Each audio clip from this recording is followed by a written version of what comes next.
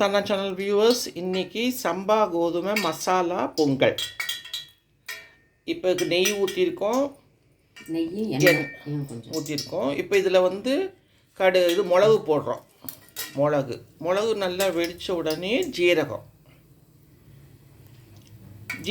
இதுக்கு முன்னாடி நம்ம என்ன பண்ணுறோன்னா, சம்பா கோதுமையும் சம அளவு, இப்போ நம்ம 200 கிராம் எடுக்கிறோம்னா 200 கிராம் பாசிப்பருப்பையும் எடுத்து நல்லா நம்ம வறுத்துட்டு அதை வந்து குக்கரில் வச்சு சிம்மில் 5 விசில் வர மாதிரி பண்ணிவிட்டு அதை அப்படியே வெயிட் எடுக்காமல் அப்படியே விட்டுருங்க. இறக்கிட்டு கேஸ் ஆஃப் பண்ணோன்னே அப்படியே விட்டு அதுலேயே நல்லா புழுங்கிடும், நல்லா வெந்துடும். இப்போ வந்து அதை வச்சுருக்கோம் பாருங்கள் ரெடியாக நாங்கள். இப்போ இதில் வந்து ஜீரகம் ஒன்று, பச்சை மிளகா ஒன்று, அப்புறம் கருவேப்பிலை, கிராம்பு, பட்டை, கருவேப்பிலை, முந்திரி பருப்பு வந்து ஜாஸ்தி போடணுன்னா போட்டுக்கலாம், அவங்களுடைய இஷ்டம். அது நமக்கு முந்திரி பருப்பு ஜாஸ்தி வேணும்னா ஜாஸ்தி போட்டுக்கலாம். இது மசாலா போடுறதுனால எப்படி. இதில் வந்து மிளகாப்பொடி அவங்க காரத்துக்கு தகுந்த மாதிரி மிளகாப்பொடி போட்டுக்கலாம். இப்போ இதுக்கு வந்து பெருங்காயத்தூள்,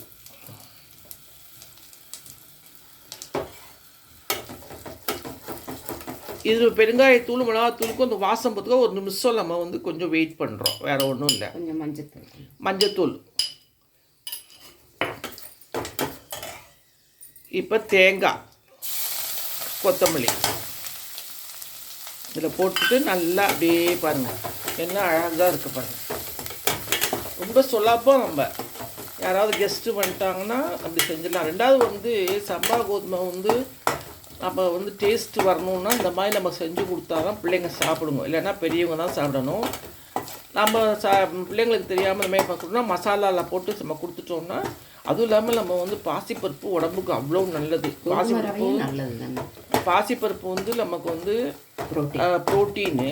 அதுவும் இல்லாமல் நம்ம அதாவது நம்ம முளைக்கட்டின பயிர் வந்து ரொம்பவும் உடம்புக்கு நல்லது.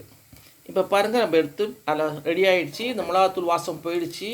இப்போ நம்ம எடுத்து அதை போட்டுடுறோம்.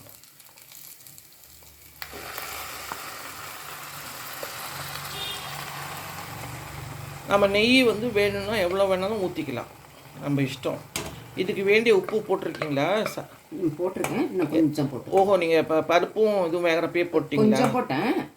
இப்போ இந்த காரம்லாம் சேர்த்துருக்குறோம் இல்லையா, இப்போ தனியாக வச்சு உள்ள பழிச்சு விட்டுடுங்க.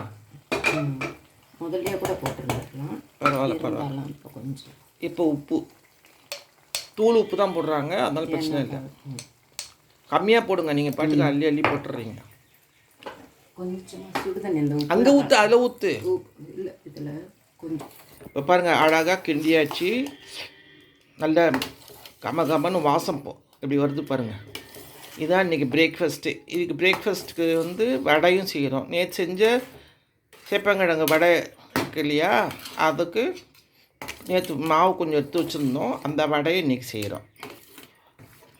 நேற்று அந்த வீடியோ பார்த்துருப்பீங்க, அதுக்கு நல்ல ரெஸ்பான்ஸ் கிடச்சிருந்துச்சு. எங்களுக்கு 2.1K கிடச்சிருக்குது.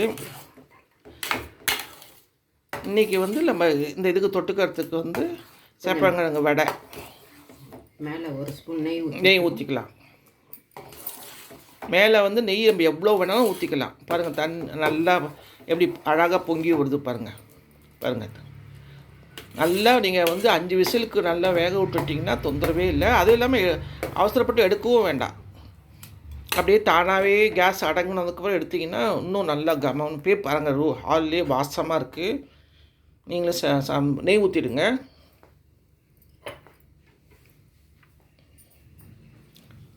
இதுக்கு நம்ம வந்து இதே மசாலானால நமக்கு வந்து தொட்டுக்க தேவை கிடையாது. வேணும்னா தேங்காய் சட்னி வச்சுக்கலாம்.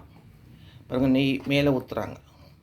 ஏற்கனவே நாங்கள் ஊற்றி தான் செஞ்சுருக்கிறோம். இன்னமும் நம்ம நெய் வேணாலும் ஊற்றிக்கலாம். எவ்வளோக்குள்ளே ஊற்றுறோமோ அவ்வளோக்குள்ளோ டேஸ்ட் கொடுக்கும் நெய். இதுவும் கிளாஸியாக இருக்கும் பொங்கலும். சரி, நீங்களும் செஞ்சு பாருங்கள். நலந்தானா சேனலை சப்ஸ்கிரைப் பண்ணுங்கள், பெல் பட்டனை மறந்துடாமல் அமுக்குங்க. உங்கள் ஆசீர்வாதம் எங்களுக்கு எப்போதும் தேவைப்படும். பாய்.